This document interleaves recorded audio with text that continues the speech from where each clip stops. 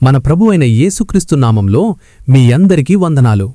ఈరోజు మనం ప్రపంచంలోని కోట్ల మందికి సువార్తను ప్రకటించిన గొప్ప దైవజనులు డాక్టర్ బిల్లీ గ్రహం గారి జీవిత చరిత్ర గురించి తెలుసుకుందాం. డాక్టర్ బిల్లీ గ్రహం 1918వ సంవత్సరంలో నవంబర్ 7వ తేదీన అమెరికాలోని కరోలినా రాష్ట్రంలో చార్లెట్ అనే పట్టణంలో ఫ్రాంక్లిన్ గ్రహం, మారో అను దంపతులకు జన్మించాడు. వీళ్లకు 200 ఎకరాలలో పారము కలిగి ఉన్నారు. అలాగే వీరు దేవునియందు భయభక్తులు కలిగినవారు. చిన్నతనము నుండి గ్రహం పనులలో చురుకుగా పాల్గొనేవాడు.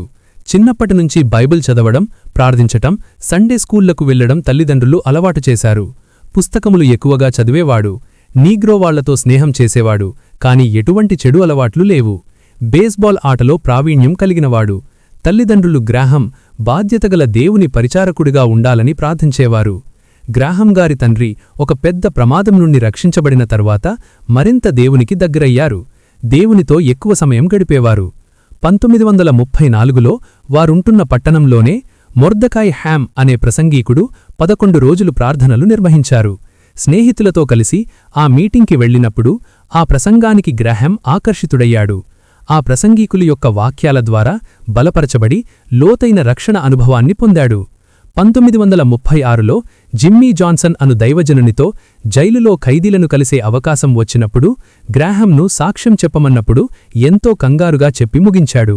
అయితే ఆ తరువాత ఫ్లోరిడా కళాశాలలో చేరి 3.5 సంవత్సరాలు చదువుకొని గ్రీకు భాష, సంఘచరిత్రలను బాగా నేర్చుకున్నాడు. అక్కడే ఉంటూ ప్రసంగాలు సిద్ధపరుచుకొని బయట రాళ్లవద్ద నిలబడి అడవులలోనూ చిన్నపిల్లల ముందు ప్రసంగిస్తూ వాక్యాన్ని నేర్చుకున్నాడు. తరువాత ఒకరోజు ఈస్టర్ నాడు 30 మంది ఉన్న సంఘంలో మొదటిగా ప్రసంగించాడు. కాని ధారాయంగా బోధించలేకపోతున్నానని బాధపడేవాడు. తరువాత ఒక చర్చిలో ప్రసంగించినప్పుడు 39 మంది రక్షించబడడం ఆశ్చర్యానికి గురైంది. అప్పుడు బాప్టిస్ట్ సంఘ కాపరిగా అభిషేకించబడినాడు. 1940తో కాలేజీ విద్య ముగిసింది. చైనా దేశంలో సేవ చేస్తున్న డాక్టర్ నెల్సన్ బెల్ గారి కుమార్తె రూత్ను వివాహము చేసుకున్నాడు. ఆ తర్వాత యూత్ ఫర్ క్రైస్ట్ సంస్థ ద్వారా రేడియోలో ప్రసంగించే అవకాశం వచ్చింది. దాని ద్వారా గొప్ప గొప్ప సందేశాలు అందించగా గ్రాహం గారి కీర్తి దేశమంతటా వ్యాపించింది. తరువాత సభలలో మాట్లాడే అవకాశం వచ్చింది. ఎందరో యవనస్తులు రక్షింపబడ్డారు. అమెరికా, కెనడా దేశమంతటా సువార్తికునిగా సంచారము చేశాడు. వీరు నివసిస్తున్న పట్టణంలోనూ ఇంగ్లాండ్ దేశంలోనూ బహుగా వాడబడినాడు. ఆ తరువాత డాక్టర్ రిలే అను వ్యక్తి నార్త్ వెస్టర్న్ విద్యాసంస్థల బాధ్యతను బిల్లీకి అప్పగించారు. ఆ స్కూలును బిల్లీ ఎంతో అభివృద్ధిలోనికి నడిపించాడు. 1948లో స్విట్జర్లాండ్లో యవనస్తుల సదస్సులో 27 దేశాల నుండి వచ్చిన 400 మంది మధ్య ప్రసంగించాడు. అలా బిల్లీ గ్రహం యొక్క పరిచర్య, ఉజ్జీవ కూటములు విస్తరించసాగాయి. దేవుని ఆత్మ బిల్లీ గ్రహంను శక్తితో నడిపేచది. లాస్ ఏంజల్స్లో 700 సంఘాలు పాల్గొనిన ఉజ్జీవ కూటములలో మొత్తం 3,50,000 మంది హాజరయ్యారు. 3,000 మంది మారుమనసు పొందారు. బిల్లీ గ్రహం వాక్యం ద్వారా ఎంతో మంది ప్రభువును తెలుసుకున్నారు.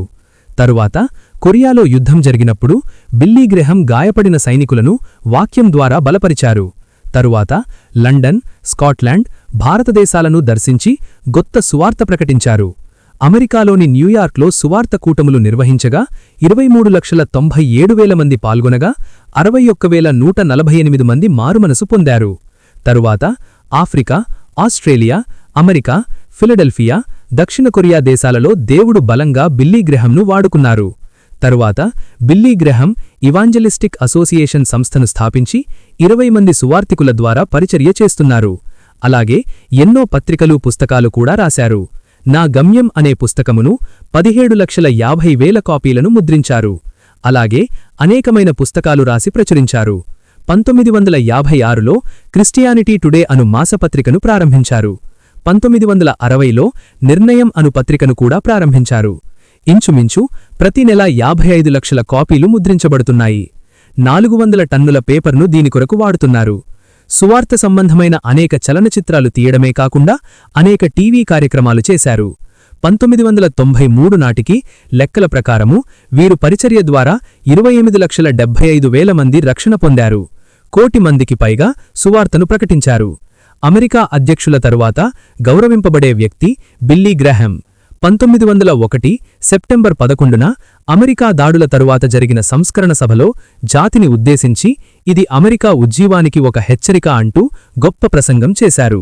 84 సంవత్సరాలు వచ్చి పార్కిన్సన్ అనే వ్యాధితో బాధపడుతున్నప్పటికీ సువార్త ప్రకటించడం మానలేదు. చివరికి ఫిబ్రవరి 21, 2018లో మరణించారు.